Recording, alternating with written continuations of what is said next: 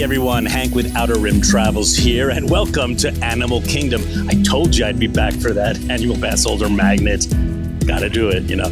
So, we're going to explore the park, and I'm gonna show you some of the kind of leftovers from Beastly Kingdom.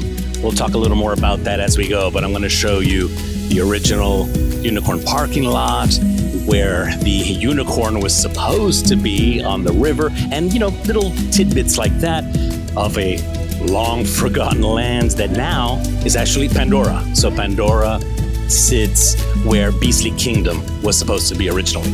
But we're gonna head into the Tree of Life and check out the Tough to Be a Bug show, because that one is going away, and it will be Zootopia real soon. Okay, let's head on over there. Come on. In case you're wondering, what the heck is he talking about when he says Beastly Kingdom? Indulge me. We're gonna geek out in a little bit, but first, let's walk through the Tree of Life and just enjoy some of the incredible animals carved into the tree. There's actually over 300 animals represented. Really is a wonder, and one of those things where, you know, Disney Imagineering definitely outdid themselves.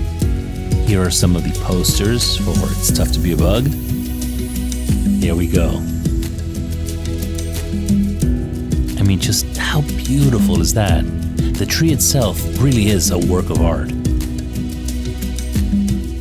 And I haven't seen many vloggers really take the time to explore some of the carvings, so I wanted to do that.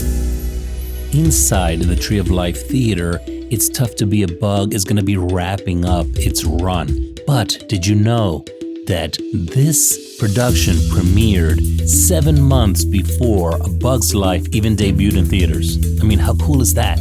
They had no idea if these characters would even work, and they were already part of the show inside the icon of the park.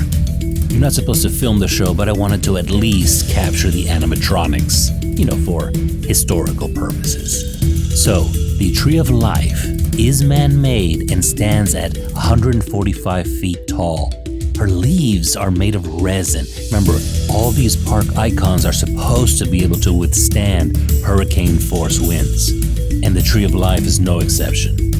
That was definitely cute, but if you think about it, that show has been playing since this park opened in 1998. It was the opening show, so, you know, maybe it is time to try something new. I mean, the objective is to bring new folks to the park. So if Zootopia, you know, is going to do that, I'm all for it. But I enjoyed the show, and I'm glad that I got to see it one more time before they close it.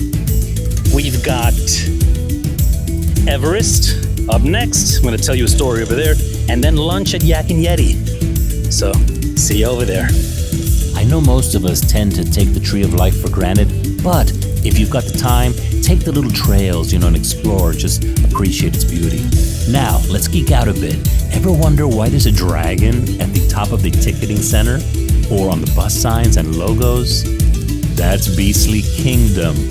With DinoLand going extinct, the original vision for the park is history also. That's why we have a unicorn parking lot. You've probably parked here and never really thought about why there was a unicorn parking lot as part of Animal Kingdom. It's because Beastly Kingdom was going to be a land of mythical creatures. Everything from unicorns and dragons and the Loch Ness Monster, you name it. So over here on the bridge to Pandora, to the left, is the original rock where the animatronic unicorn was supposed to stand. All we ever really got was this fiberglass version, but the rocks are still there. And on the opposite side of the bridge, you're gonna see the dragon rocks. This used to have a little waterfall, and it was kind of a warning that the dragon was coming up if you were on the Discovery Riverboat tour. Now, there's Tiffin's on the right, and far in the distance you can see the fire-breathing dragon cave rocks. So in the early days of the attraction, these rocks had fallen knights, you know, dead bodies all over the place, which is kind of creepy for Animal Kingdom. And the dragon would spew fire out of the rocks. Sadly, we never got a fire-breathing dragon, but Pandora, the world of Avatar, brings that mythical land, with animals that are out of this world, to Animal Kingdom. So in a way, Disney did realize that vision of a land of mythical creatures. And it's been so popular, Disneyland is getting its own version as well in the near future. While the land of the dinosaurs and the land of mythical creatures had a really rough go of it due to skyrocketing budgets, Asia and Africa were always part of the plan for this theme park. Waiting to board Expedition Everest in about 10 minutes, but interesting story you probably don't know. Years ago, I interned for Walt Disney World. I was in a technical school studying sound engineering. That's my degree. Nothing to do with travel agency. This is another lifetime ago.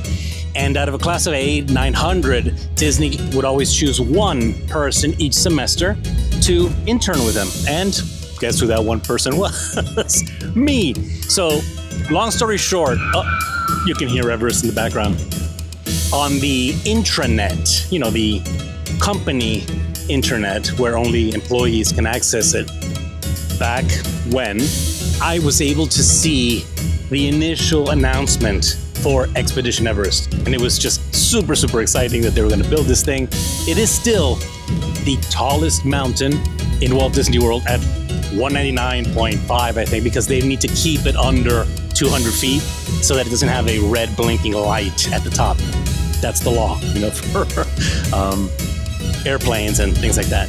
So anyway, there you go. Sharing a little bit of my background. And yes, did intern at Disney. Was offered a job to continue, but I went off and kind of started my own little business and launched an independent record label. So this is, again, another lifetime ago. All right, let's go hit Everest. There you go. And record a point of view video. Come on.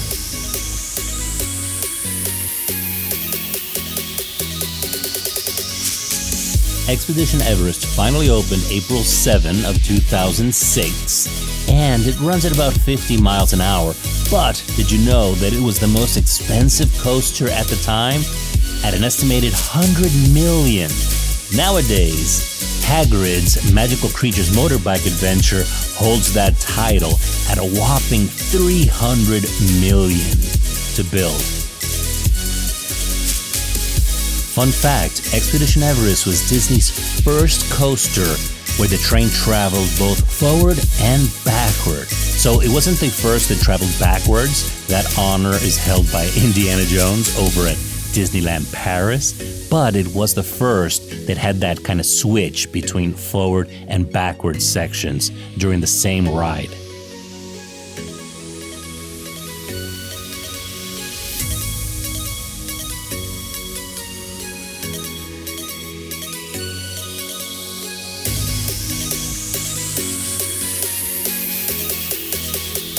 Here we go.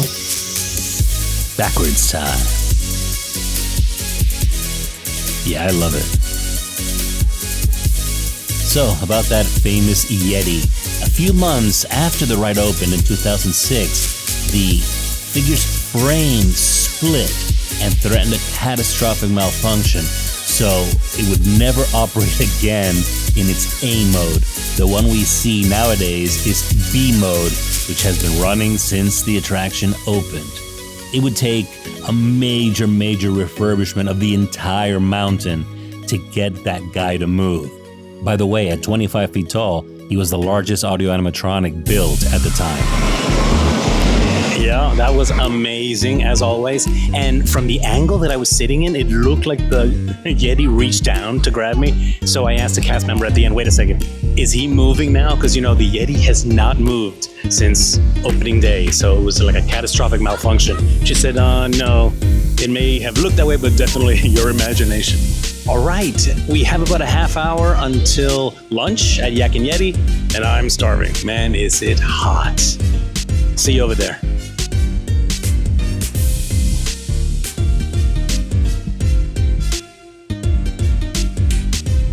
I'm here at Yak Yeti. I already placed my order. It's about 12:30, 1 o'clock. Perfect time to just get out of the heat, chill out a little bit, in the AC, and it smells insane. The minute you walk through the doors, my mouth is watering. Delicious. Cannot wait for my food to show up. I will show that to you as soon as it arrives. Here's a quick shot of the menu. Always remember that you can pause the video if you want to see, what they're offering and the pricing. That ahi tuna nachos is a huge hit, by the way. Here is my gyoza. And that Korean fried chicken. Yeah, absolutely to die for. Can't wait to have it again. And outside you actually have a quick service section, and you can get a chicken sandwich version of the Korean fried chicken. No AC though. And no surprise, lunch at Yak Yeti was absolutely friggin' phenomenal. 5 out of 5 stars. The Korean fried chicken, exactly as delicious as I remember. From last time we were here, I believe it was sometime last year. And I had not had the gyozas, but they were pretty good. So, cannot recommend Yak Yeti enough if you're over here at Animal Kingdom. Heading over to Dinosaur, which, as you know, that's going to be closing, and it will become Indiana Jones. So, excited about that. Sad that it's closing, but, it had a good run. Can't wait for Indy.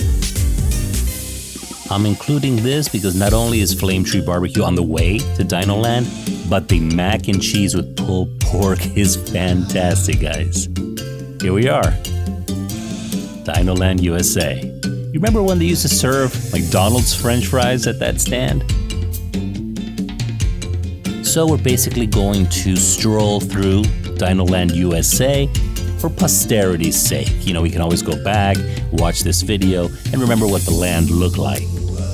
Over here, you've got the Boneyard. It's a little play zone for the kids. I know my niece and nephew enjoyed that a lot. And then, over here is Triceratops Spin, which is basically a dino version of Dumbo over at the Magic Kingdom. There you go. There they are. All right, time to pick up our annual pass holder magnet, Timon and Pumbaa this time, over at Chester and Hester's Dinosaur Treasures. There we go. Magnet acquired, there it is. And now we're heading over to Dinosaur to ride that. As you know, all this area, DinoLand U.S.A. will be closing shortly. They said in the fall, so better, ride the attractions while you have a chance. So let's head over to Dinosaur. Come on. Many Disney fans believe the writing was kind of on the wall back when Primeval Whirl, the kiddie coaster, closed in 2020, that DinoLand U.S.A. would be extinct in no time. So this is the area that will be replaced by Encanto. So we're going to have the casita. There it is. And it is scheduled to open in 2027. Which is really not too long from now if you think about it. Here are the dining establishments. So really, it's just a matter of time before this is all flattened out and construction begins in earnest on Tropical Americas. This was Restaurantosaurus. Never tried that burger. Did you try the Impossible Burger? Let me know in the comments below. And we've come to Dinosaur. Who remembers this as Countdown to Extinction? And while DinoLand U.S.A. never really fit somehow thematically with Animal Kingdom, this attraction always has. It always felt like Disney. DinoLand always felt kind of like, small town carnival. We're gonna miss you, Aladar. Okay, we're inside Dinosaur. Kind of perfect timing because it is pouring outside. So I know this ride does kind of bang me up a bit, just like Indy over at Disneyland, but it's fun,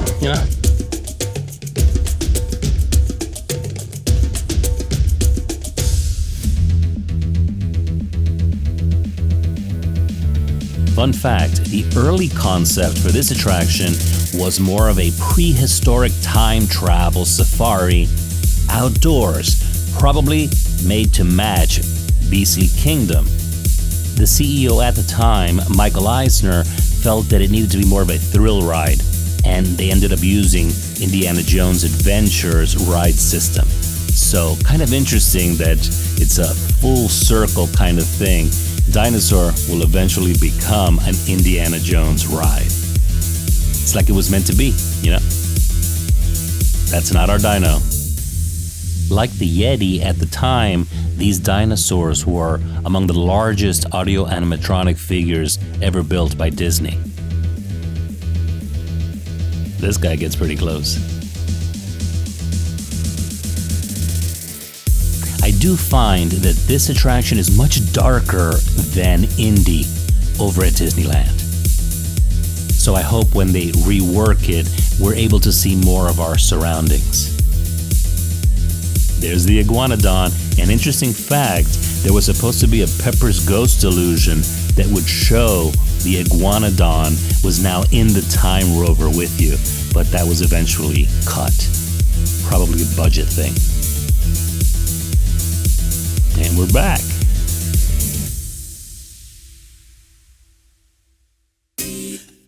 Yeah, Dinosaur was a cool one. Looking forward to Indiana Jones though. Love the one out in Disneyland. So this one should be cool. It's pouring now. Gonna head back to the hotel, relax a little bit, see if maybe I can come back into the parks later. This may be it. I may be calling it a day. We'll see. Thanks for the years of fun, DinoLand. It'll be cool in a few years to look back at this video and see what once was. Definitely heading over to the hotel. The All-Star Movies this time. It's just raining. It doesn't look like it's going to get any better. But I wanted to show you a little hack that I share with my guests for Animal Kingdom. Did you know that over here at Rainforest Cafe, there is an entrance on the side into the park? So if you arrive and you see that the lines outside are crazy, this is something that you're not supposed to do it. It's really for guests dining at the resort, at the restaurant, but it does exist. Check it out. When you walk into the restaurant over here on the right, we're going to cross through the gift shop, just all the way straight down. Okay, here we are, the little courtyard. And then straight ahead, there you go. You've got the tap points that will allow you to enter Animal Kingdom and avoid all that congestion in the front of the park. Pretty cool, right? I thought so. So wanted to share that with you guys. Let's head back to the hotel, clean ourselves up, take a nice shower, relax, and hopefully start to edit some of this footage. See you over there.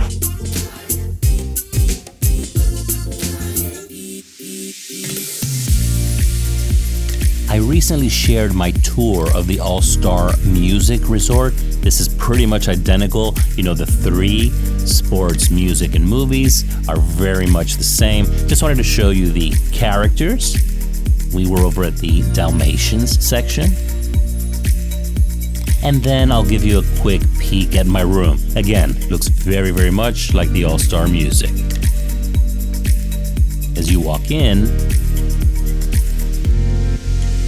you've got this little section here with your mini fridge and a coffee maker.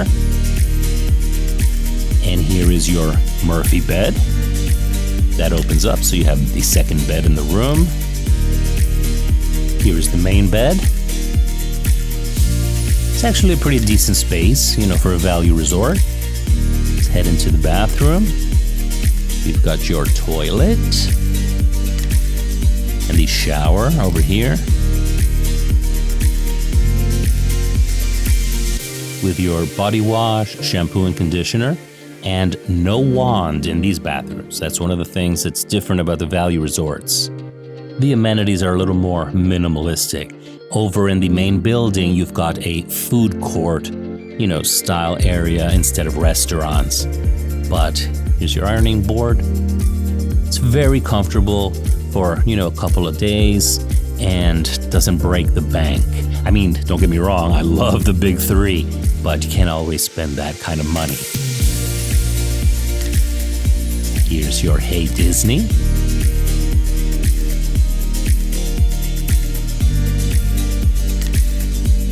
There's the coffee maker.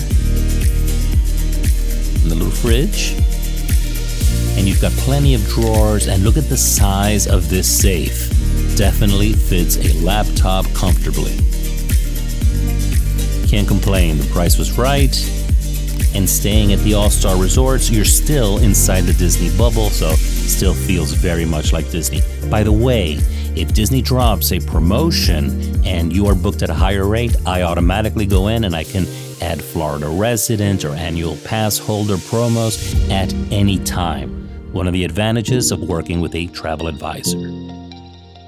We're not quite done. I was able to get back to the parks, so we're going to visit Hollywood Studios before wrapping this up. Yep, Hollywood Studios time. And had to pick up my white chocolate mocha. Yum. We are heading into Galaxy's Edge.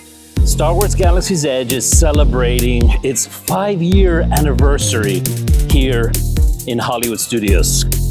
I mean, to me, it was just like yesterday. I remember we stayed at the Swan so that we could be up at 3 a.m.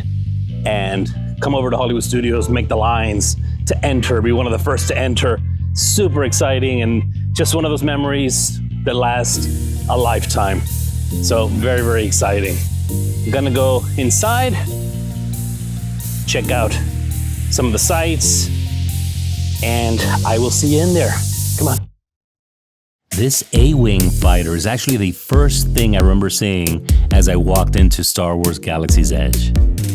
Then, of course, across the way, you've got the X-Wing fighter. Still so cool. I'm a huge Star Wars geek, and sometimes it's enough for me just to hang out, feel like I'm in the Star Wars universe, walk its streets, not necessarily ride any attractions. And believe it or not, this is how my friend Lee and I experienced Star Wars Galaxy's Edge for the first time at night, because it was, I think, about 5 in the morning, 5:30 a.m. when they finally let us into the land. And we got to experience it for the very first time at night with all the lights, and it was just mind-blowing. Still so beautiful at night. So I wanted to come back and, kind of relive that first experience, doing it in the evening. I've got to admit, it's great during the day, but there's just something special about Batuu at night. By the way, the later you stay, the less crowded Galaxy's Edge feels, so you're able to get some of the best pictures. That's how I was able to get these shots without folks in the footage. Here's a very special location. If you know, you know. Just can't wait for the day that this reopens. Man, didn't last long enough.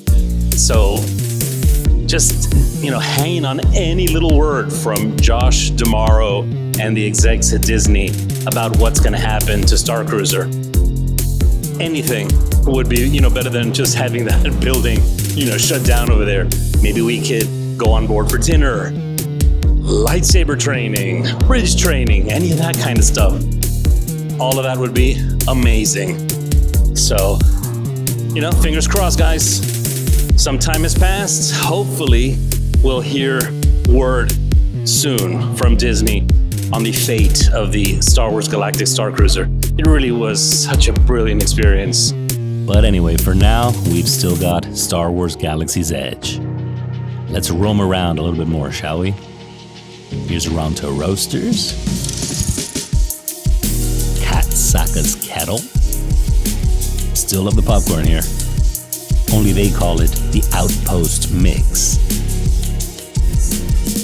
Across the way, you've got Jewels of Bith, which is kind of your traditional souvenir shop. You're going to get mugs and pins and clothing, things like that. Across the way at Black Spire Outfitters, you're going to have your Jedi robes or Sith robes, if that's the side you choose. And speaking of Starcruiser, here's some of the Starcruiser merch.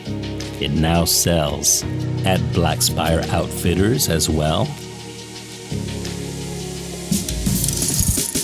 Next door, you've got the Toydarian Toy Maker. Still love these dolls.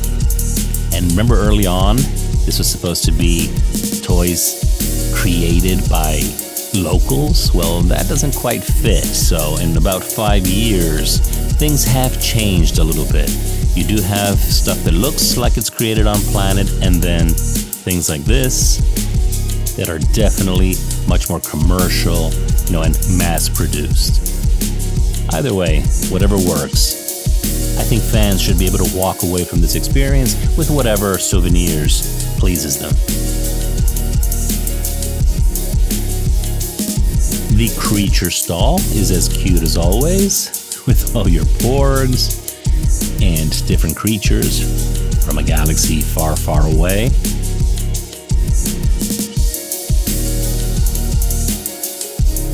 Just don't let your kids loose in here. They're gonna want everything they can get their hands on.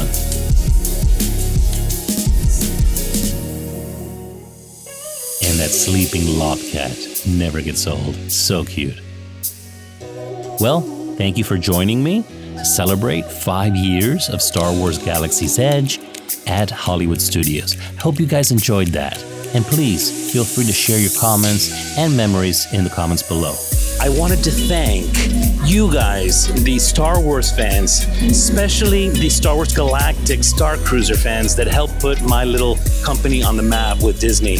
Thanks to you and all your support and booking with me, Disney recognized us as an Authorized Disney Vacation Planner.